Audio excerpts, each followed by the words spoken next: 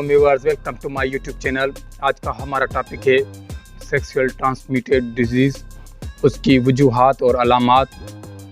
Video में जाने से पहले आप सबसे गुजारिश है कि हमारे यूट्यूब चैनल को सब्सक्राइब करें और नीचे दिए गए बेल आइकन को क्लिक करें।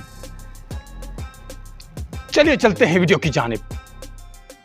जिनसी तरीक़ात से जो फैलने वाली बीमारियां हैं उनमें गिनोरिया, क्लेमाइडिया, HIV, सिफिलिस, ट्राइकोमोना, हर्पिस जैसी बीमारियां शामिल हैं। अब ये बीमारियां किन लोगों के अंदर ज़्यादा हो सकती हैं?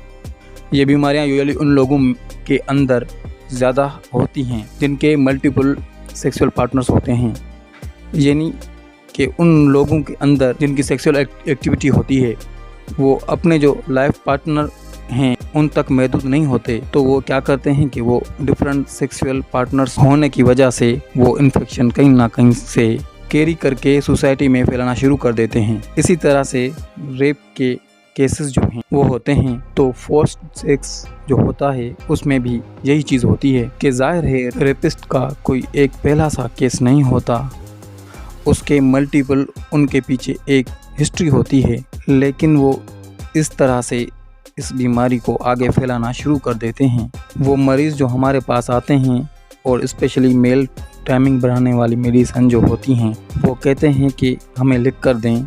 उनके अंदर बहुत ज़्यादा चांसेस होते हैं कि उनके अंदर कोई ना कोई सेक्सुअली ट्रांसमिटेड डिजीज़ हो। यंग लोग 15 से 25 साल तक की एज के जो लोग होते हैं देखा गया है उनके अंदर सेक्सुअली ट्रांसमिटेड डिजीज़ बहुत ज़्यादा होती हैं। इसी तरह से वो लोग जो कि बाहर के मुल्कों में बहुत ज़्यादा स्टे करते हैं और वो वहाँ पे अगर कोई सेक्सुअल एक्टिविटी करते हैं तो वहाँ पर जो है उनके अंदर सेक्सुअल ट्रांसमिटेड डिजीज़ का जो है वो चांस बहुत ज़्यादा होता है। वो लोग जो अल्कोहल या किसी भी किस्म की कोई ड्रग्स यूज़ करते हैं तो उनके अंदर भी ये चांसेस बहुत ज़्यादा होते हैं।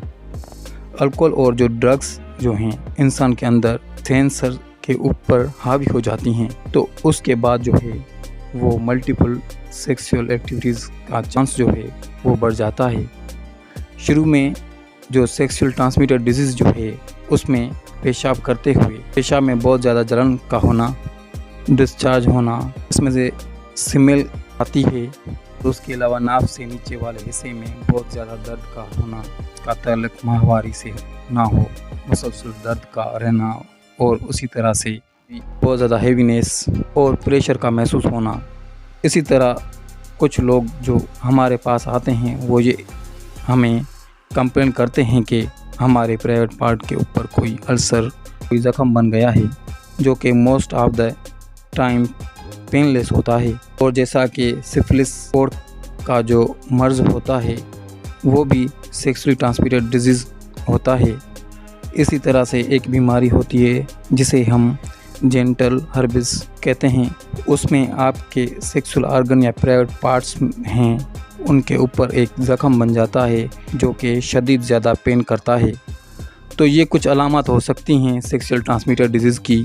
अगर हम इनका इलाज नहीं करवाते तो लॉन्ग टर्म लंबे अरसे तक दूर जाके इन बीमारियों की क्या कॉम्प्लिकेशंस होती हैं जो कि सेक्सुअल ट्रांसमिटेड डिजीज़ होती हैं।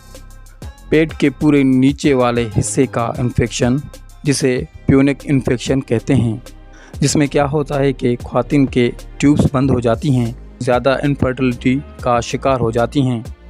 इसी तरह से जो सिफिलिस की बीमारी है वो हमारे जो नफ्स का निज़ाम होता है, दिमाग बैज़-ओ-क़ात दिल तक चली जाती है और ये हार्ट दिमाग के प्रॉब्लम्स जो हैं वो कर देते हैं। जेनिटल वार्ड यानी कि इसी तरह से कुछ ऐसी लियन या ऐसे मोड़े बन जाते हैं प्राइवेट पार्ट्स के ऊपर जो कि डिफॉर्मेट्स के पास ले जाते हैं।